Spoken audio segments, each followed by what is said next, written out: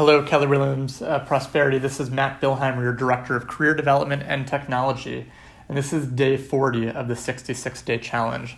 Now, I'm hoping yesterday you guys were able to use the referrals portal without a hitch. I know I had some glitches, but finally it did refresh and it did work, so I hope you guys didn't have any issues with that at all.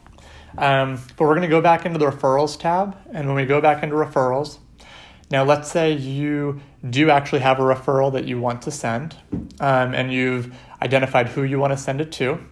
You will then select the option up at the top that says New Referral. From here, it will ask you to select an agent. So let me see if I've added Kevin Smith before. Let's see. Okay, so I don't. Let me try someone else. But it has to be somebody that you have previously connected with. So it can't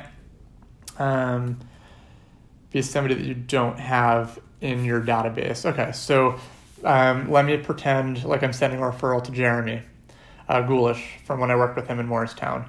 So what you would next do is, if you've talked to the person you're sending it to, whatever the referral fee was, so let's say 25% is right. If you need to move it down or move it up, that's fine as well.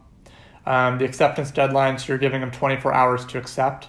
Once you send the referral, they will get an email that will then allow them to accept. If you know the price range, if it's a buyer, you could say, okay, they can afford $350,000 to maybe $400,000. If you want to write a note, you could say, clients'